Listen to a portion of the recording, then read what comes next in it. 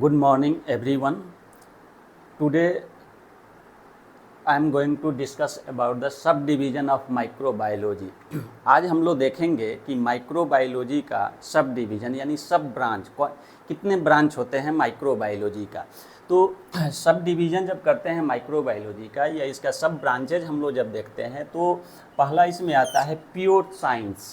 Pure science बोल सकते हैं या बोल सकते हैं कि प्योर माइक्रोबायोलॉजी, और दूसरा जो होता है इसमें अप्लाइड साइंस या अप्लाइड माइक्रोबायोलॉजी होता है। तो हम लोगों ने पिछले क्लास में देखा था कि प्योर साइंस में एक्चुअली आता है पहला बैक्टीरियोलॉजी।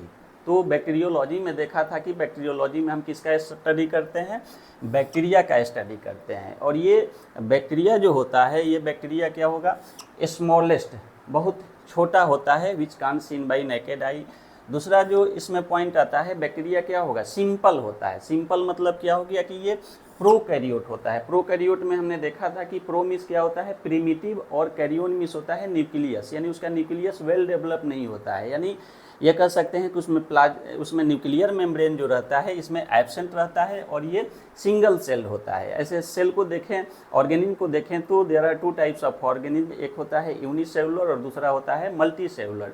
यूनिसेलुलर मीन्स होता है कि वो एक सेल से बना रहता है। मल्टीसेलुलर ऑर्गेनिज्म मतलब क्या हुआ कि वो बहुत सारे सेल से मिलकर बना रहता है। तो यहाँ पर ये बैक्टीरिया जो होता है ये सिंगल सेल होता है। इसके बाद आता है वायरोलॉजी। वायरोलॉजी में हमने देखा था किसका स्टडी करते हैं, वायरस का स्टडी करते हैं। यानी ये वायरोलॉजी जो है ये प्योर साइंस है, प्योर माइक्रोबायोलॉजी है, सब डिवीज़न है माइक्रोबायोलॉजी का। इसमें हम लोग क्या स्टडी करते हैं, वायरस के बारे में स्टडी करते हैं। और ये वायरस जो होता है ये माइन्यूट होता है, बहुत छोटा पार्टिकल ये होता है। और ये नॉन सेलुलर इसको बोलते हैं, ये इसको सेल नहीं बोलते हैं। क्यों? क्योंकि ये इन्वायरमेंट में रहता है, बाहर रहता है होस्ट सेल का, तो ये नॉन लिविंग जैसा वर्क करता है या ये नॉन लिविंग होता है। और ये जब किसी होस्ट में, किसी सेल में जब इसका इन्फेक्शन होता है तो ये लिविंग जैसा काम करता है।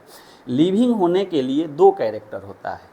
पहला क्या होना चाहिए, उसमें प्रोटोप्लाज्म होना चाहिए, और दूसरा क्या होना चाहिए, उसमें न्यूक्लिक एसिड होना चाहिए। न्यूक्लिक एसिड मीन्स या तो डीएनए होना चाहिए या दूसरा उसमें आरएनए होना चाहिए। तो ये वायरस जो है इसमें न्यूक्लिक एसिड तो होता है, या तो डीएनए होगा या आरएनए होगा। तो यह कहते भी हैं कि पढ़ते भी हैं कि डीएनए, एक डीएनए कंटेनिंग वायरस होता है और दूसरा आरएनए कंटेनिंग वायरस होता है। जैसे कोरोना, ये आरएनए कंटेनिंग वायरस है। एचआईवी आरएनए कंटेनिंग वायरस है। Hepatitis C RNA containing virus है। Hepatitis B DNA containing virus है। तो वायरस को हम लोग बोलते हैं connecting link between living and non living. क्यों? क्योंकि ये बाहर में क्या होता है कि नॉन लिविंग रहेगा और ये जब होस्ट के अंदर में आता है तो लिविंग जैसा काम करता है। तो अभी हमने देखा कि लिविंग के लिए क्या होना चाहिए, दो कैरेक्टर होना चाहिए, उसमें प्रोटोप्लाज्म होना चाहिए और दूसरा न्यूक्लिक एसिड होना चाहिए। तो जितने भी वायरसेज हैं उसमें न्यूक्लिक एसिड तो होता है, या तो डीएनए कंटेनिंग वायरस होगा या आरएनए कंटेनिंग वायरस होगा, लेकिन उसमें प्रोटोप्लाज्म एब्सेंट रहता है। तो इसलिए वो जब होस्ट सेल के अंदर में जाता है या उसमें होस्ट सेल में जब उसका इन्फेक्शन होता है, they have require a protoplasm for multiplication और अ मेटाबॉलिज्म। वायरस के मेटाबॉलिज्म के लिए करने के लिए क्या चाहिए, उसको प्रोटोप्लाज्म चाहिए। तो ये वायरस जो होता है, वायरोलॉजी में हम वायरस का स्टडी करते हैं, ये माइन्यूट होता है और ये क्या होगा, नॉन सेलुलर होता है।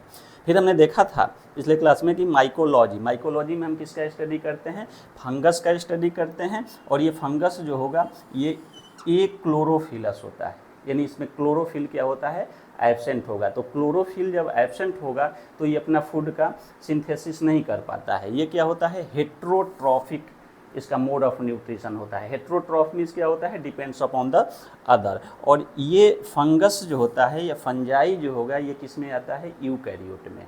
तो हमने देखा था कि यू मीन्स होता है एडवांस या वेल डेवलप्ड, और कैरियोन मीन्स क्या होता है, न्यूक्लियस होता है। तो ये यूकैरियोटिक होगा, इसमें जो न्यूक्लियस होता है वो क्या होगा, उसमें न्यूक्लियर मेम्ब्रेन प्रेजेंट रहता है। ये स्पोर बियरिंग होता है और इसमें रिजिड सेल वॉल होता है। तो ये सेल वॉल जो होता है जनरली या मोस्टली जो होता है किसका बना रहता है, काइटिन का बना रहता है, या कुछ में सेलुलोज का भी बना रहता है, लेकिन मोस्टली किससे बना रहता है, काइटिन। और काइटिन जो होता है ये क्या है, पॉलीसेकेराइड होता है, ठीक है। और इसका एग्जाम्पल जैसे हम लोग देखें तो क्या हो गया, मोल्ड हो गया, ठीक है, मोल्ड हो गया, ईस्ट हो गया, मशरूम, ये क्या होता है, फंगस होता है। फंगस के बाद आता है फाइकोलॉजी, ठीक है। Phycology is also called the algology. इसमें हम लोग किसका स्टडी करते हैं, एल्गी का। पिछले क्लास में देखा था, एल्गी का स्टडी करते हैं।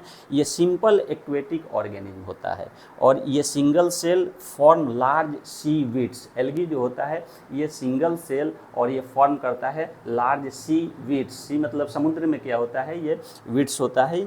तो ये डिजीज़ के लिए बहुत इंपॉर्टेंट नहीं होता है ये एल्गी। उसके बाद आता है पारासाइटोलॉजी। ये प्योर साइंस, प्योर माइक्रोबायोलॉजी में आता है पारासाइटोलॉजी। तो पारासाइटोलॉजी में हम किसका स्टडी करते हैं, पैरासाइट का स्टडी करते हैं। और दो तरह का, there are two types of parasites, दो तरह के पैरासाइट्स होते हैं। एक जो होगा इक्जो पैरासाइट और दूसरा क्या होता है, इंडो पैरासाइट, ठीक है। तो इक्जो पैरासाइट जो होगा वो क्या होता है, बॉडी सरफेस पे रहता है। तो ये होस्ट को हार्म पहुंचाएगा और उससे क्या करता है, अपना न्यूट्रिशन लेता है। इंडो पैरासाइट का मतलब होता है within the cell, cell के अंदर में क्या करेगा, वो मल्टीप्लिकेशन करेगा या डिवीजन करेगा या रिप्रोडक्शन होगा उसका, उसमें मेटाबॉलिज्म करेगा और सेल को क्या करता है, नुकसान पहुंचाता है।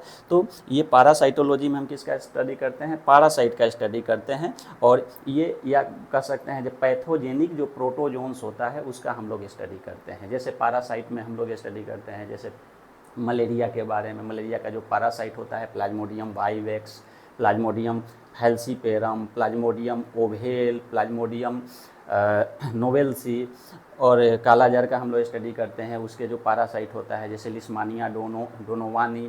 तो ये आ जाता है पैरासाइट में। उसके बाद आता है प्रोटोजूलॉजी। प्रोटोजूलॉजी में हमने देखा था जो किसका स्टडी करते हैं, प्रोटोजोन्स का। और प्रोटोजोन्स जो होता है मोस्टली जो है ये सिंगल सेल, एक सेल का बना रहता है। लेकिन क्या होता है, ये यूकैरियोट होगा। यूकैरियोट मीन्स क्या होगा, उसमें न्यूक्लियस प्रेजेंट होगा, न्यूक्लियर प्रेजेंट होता है, न्यूक्लियर मेम्ब्रेन प्रेजेंट होता है।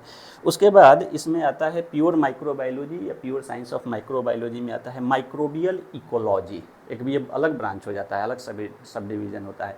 ये माइक्रोबियल इकोलॉजी का मतलब हुआ कि in microbial ecology we study about relationship between microbes and environment और माइक्रोब्स के बीच में क्या रिलेशन होता है वो हम लोग स्टडी करते हैं माइक्रोबियल इकोलॉजी में। उसके बाद आता है माइक्रोबियल फिजियोलॉजी। ये भी एक क्या होता है, ये pure microbiology, pure science of microbiology बोल सकते हैं, या ये प्योर साइंस या प्योर माइक्रोबायोलॉजी का ये प्योर साइंस में आता है, जिसमें हम लोग स्टडी करते हैं माइक्रोबियल फिजियोलॉजी। एक अलग ब्रांच हो जाता है, अलग सब डिवीज़न हो जाता है। तो इसमें माइक्रोबियल फिजियोलॉजी में क्या स्टडी करेंगे, फंक्शन के बारे में, इंटरनल फंक्शन, या माइक्रोब्स जब क्या होता है, जब सेल में इन्फेक्शन होता है, किसी होस्ट में इन्फेक्शन होता है, तो उसमें वो मेटाबॉलिज्म कैसे करता है। मेटाबॉलिज्म मतलब total reaction occurs within the cell. Cell के अंदर में जितने टोटल रिएक्शन होता है collectively called metabolism, and there are two types of metabolism, anabolism and catabolism। तो माइक्रोबियल फिजियोलॉजी एक अलग ब्रांच हो जाता है जिसमें हम लोग क्या करते हैं, माइक्रोब्स का फंक्शन क्या होगा, कैसे डिजीज़ कॉज करता है, उसमें रिएक्शंस क्या होगा, होस्ट के साथ जब उसका कैसे रिलेशनशिप होता है, कैसा जो है वो कैसे मेटाबॉलिज्म करता है, ये हम लोग माइक्रोबियल फिजियोलॉजी में स्टडी करते हैं। इसके बाद आता है माइक्रोबियल जेनेटिक्स। तो माइक्रोबियल जेनेटिक्स में हम लोग क्या करते हैं, स्टडी करते हैं जेनेटिक्स का। किसके जेनेटिक्स, माइक्रो ऑर्गेनिज्म का जेनेटिक्स क्या होता है। जेनेटिक्स मीन्स क्या होता है, जेनेटिक्स को हम लोग बोलते हैं जी ये branch of life science in which we study about inheritance and variation. इसमें हम लोग क्या स्टडी करते हैं, inheritance and variation. Inheritance means मतलब क्या हुआ, transfer of character from one generation to another generation, या पैड या one cell to another cell. एक सेल से दूसरे सेल में कैसे कैरेक्टर जाता है उसका हम लोग जेनेटिक्स में स्टडी करते हैं। लेकिन यहाँ माइक्रोबियल जेनेटिक्स है, यानी माइक्रोब्स का, यानी माइक्रो ऑर्गेनिज्म का जेनेटिक्स क्या होगा। तो इसमें हम लोग इसका स्टडी करेंगे। इसमें स्टडी करते हैं जैसे कंजुगेशन आता है, टॉपिक पढ़ना रहता है कि माइक्रो ऑर्गेनिज्म में कंजुगेशन कैसे होता है, और उसमें ट्रांसडक्शन कैसे होता है, उसमें ट्रांसफॉर्मेशन कैसे होता है। तो ये सारी बातों का हम लोग स्टडी किस में करते हैं, माइक्रोबियल जेनेटिक्स में। तो ये हो गया pure science of microbiology. Microbiology का ये प्योर साइंस एक क्या होता है, इसका सब डिवीज़न हो गया। इसके बाद हम लोग इसमें स्टडी करते हैं applied science of microbiology. Microbiology का ये अप्लाइड साइंस में आता है। पहला जो इसमें आता है ये है इंडस्ट्रियल माइक्रोबायोलॉजी।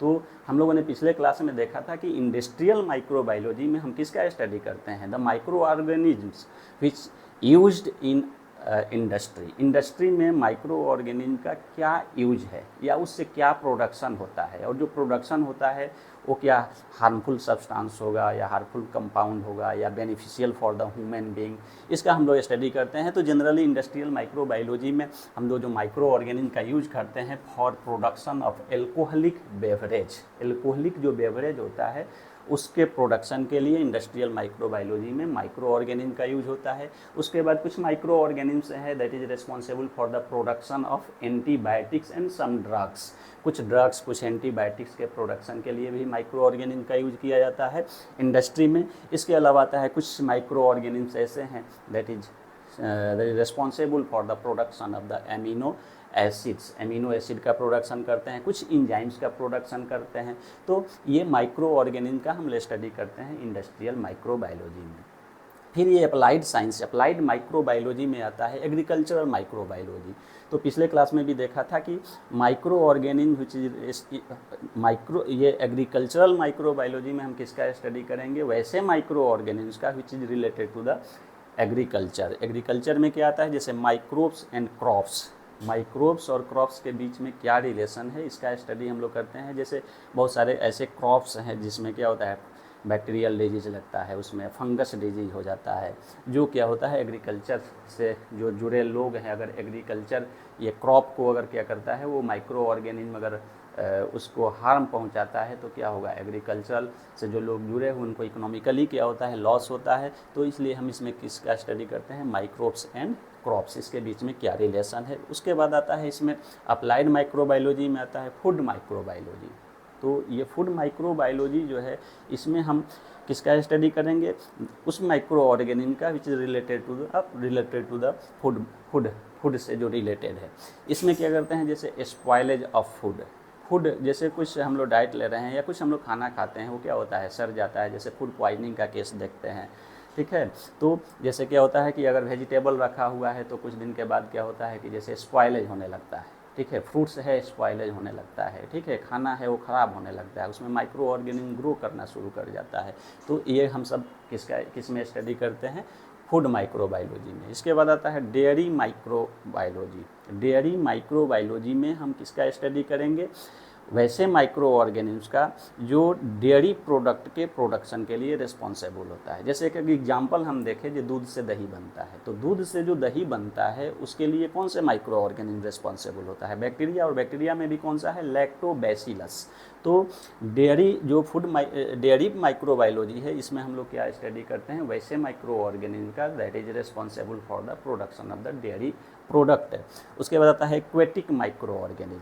तो ये वाटर में बहुत सारे ऐसे माइक्रो ऑर्गेनिज्म हैं, उसका हम लोग इसमें स्टडी करते हैं, जैसे वाटर बॉर्न डिजीज होता है, ठीक है। तो ऐसे माइक्रो ऑर्गेनिज्म को देखा जाए तो कुछ माइक्रो ऑर्गेनिज्म है जो क्या होता है हमारे लिए बेनिफिशियल है, कुछ माइक्रो ऑर्गेनिज्म जो है हमारे लिए हार्मफुल है। तो एक्वेटिक माइक्रोबायोलॉजी में हम किसका स्टडी करेंगे, वैसे माइक्रो ऑर्गेनिज्म का that is responsible for the water borne disease. उसके बाद आता है एयर माइक्रोबायोलॉजी। तो एयर माइक्रोबायोलॉजी में क्या होता है, जैसे कहा जाता है कि माइक्रो ऑर्गेनिज्म जो है ओमनी प्रेजेंट, हर जगह माइक्रो ऑर्गेनिज्म होता है, जैसे सॉइल में होता है, वाटर में रहेगा, ठीक है, एयर में रहता है। तो एयर माइक्रोबायोलॉजी में हम किसका स्टडी करेंगे, माइक्रो ऑर्गेनिज्म का which is present in the air, या एयर बॉर्न डिजीज होता है। एयर के थ्रू क्या होता है, बॉन्ड एयर के थ्रू कुछ माइक्रो ऑर्गेनिज्म क्या होता है, होस्ट में क्या होता है, इन्फेक्शन कॉज करता है। तो वैसे माइक्रो ऑर्गेनिज्म का हम किस में स्टडी करते हैं, एयर माइक्रोबायोलॉजी में। एक ये अप्लाइड माइक्रोबायोलॉजी का एक बहुत ही इम्पॉर्टेंट एक ब्रांच होता है, जैसे एक्सो माइक्रोबायोलॉजी।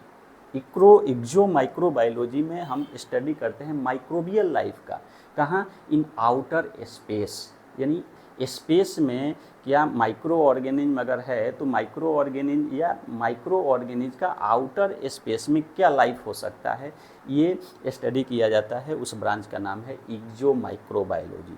उसके बाद आता है diagnostic microbiology. Diagnostic microbiology is also called the medical microbiology. तो ये डायग्नोस्टिक माइक्रोबायोलॉजी या मेडिकल माइक्रोबायोलॉजी में हम किसका स्टडी करेंगे, रिलेटेड टू द डिजीज, जो माइक्रो ऑर्गेनिज्म डिजीज कॉज कर रहा है उसका हम लोग स्टडी करते हैं डायग्नोस्टिक माइक्रोबायोलॉजी में या मेडिकल माइक्रोबायोलॉजी में। उसके बाद आता है इम्यूनोलॉजी। इम्यूनोलॉजी को बोलते हैं, immunology is a branch of microbiology, लेकिन माइक्रोबायोलॉजी में भी किस में आता है, अप्लाइड साइंस, अप्लाइड माइक्रोबायोलॉजी में आता है। तो इम्यूनोलॉजी में हम लोग क्या स्टडी करते हैं, study of immune system. Immune system का स्टडी करते हैं, इम्यून सिस्टम का फंक्शन क्या होगा, इम्यून सिस्टम से रिलेटेड डिजॉर्डर क्या है, उसका हम लोग स्टडी करते हैं। ऐसे कहते भी हैं कि इम्यूनोलॉजी क्या है, branch of microbiology in which we study about the immune system. Immune system मतलब हो गया कि ये type of system which is found in our body that is responsible for the protection from the micro organism या protect from the disease. हमारे body को disease से क्या करता है, प्रोटेक्ट करता है। And there are two type, या ये कह सकते हैं कि इम्यून सिस्टम जो है हमें क्या प्रोवाइड करता है, इम्यूनिटी प्रोवाइड करता है। और there are two types of immunity, एक होता है इनेट इम्यूनिटी और दूसरा होता है एडप्टिव इम्यूनिटी। इनेट इम्यूनिटी जो होता है वो हमारे बॉडी में बाई बर्थ होता है, और एडप्टिव या एक्वायर्ड इम्यूनिटी जो होता है उसको हम लोग ड्यूरिंग लाइफ टाइम गेन करते हैं। इसके बाद आता है बायोटेक्नोलॉजी। बायोटेक्नोलॉजी को बोला जाता है ये माइक्रोबायोलॉजी का, ये अप्लाइड माइक्रोबायोलॉजी है, एक उसका एक ब्रांच होता है। तो बायोटेक्नोलॉजी को बोलते हैं जी, biotechnology is a branch of microbiology in which we study about the use of micro organisms for synthesis और production of any things that is beneficial for the human being. तो ये बायोटेक्नोलॉजी में आता है। इसके बाद आता है पब्लिक हेल्थ माइक्रोबायोलॉजी। इस पब्लिक हेल्थ माइक्रोबायोलॉजी में आता है कि कोई कम्युनिटी है, कम्युनिटी में ये माइक्रो ऑर्गेनिज्म कैसे स्प्रेड कर रहा है, या कोई पार्टिकुलर कम्युनिटी में डिजीज़ का स्प्रेड हो जाना, डिजीज़ का क्या होना, इन्फेक्शन हो जाना, ये हम लोग स्टडी करते हैं पब्लिक हेल्थ माइक्रोबायोलॉजी में। इसके बाद एक ब्रांच आता है मॉडर्न बायोटेक्नोलॉजी। तो मॉडर्न बायोटेक्नोलॉजी को हम लोग बोल सकते हैं जेनेटिक इंजीनियरिंग, या इसको हम लोग बोल सकते हैं रिकॉम्बिनेंट डीएनए टेक्नोलॉजी। तो ये रिकॉम्बिनेंट डीएनए टेक्नोलॉजी या जेनेटिक इंजीनियरिंग में हम लोग क्या करते हैं, इसमें हम लोग स्टडी करते हैं डीएनए का मैनिपुलेशन कैसे करते हैं, क्लोनिंग कैसे करते हैं, ठीक है, पीसीआर वगैरह जो आता है इसमें आता है मॉडर्न बायोटेक्नोलॉजी में। तो ये हमने देखा sub division of microbiology. Microbiology का सब डिवीज़न देखा। तो प्योर साइंस इसमें क्या आएगा, या pure science microbiology, pure science of microbiology and ये applied science of microbiology. Microbiology का अप्लाइड साइंस और ये प्योर साइंस क्या होता है। तो थैंक यू सो मच।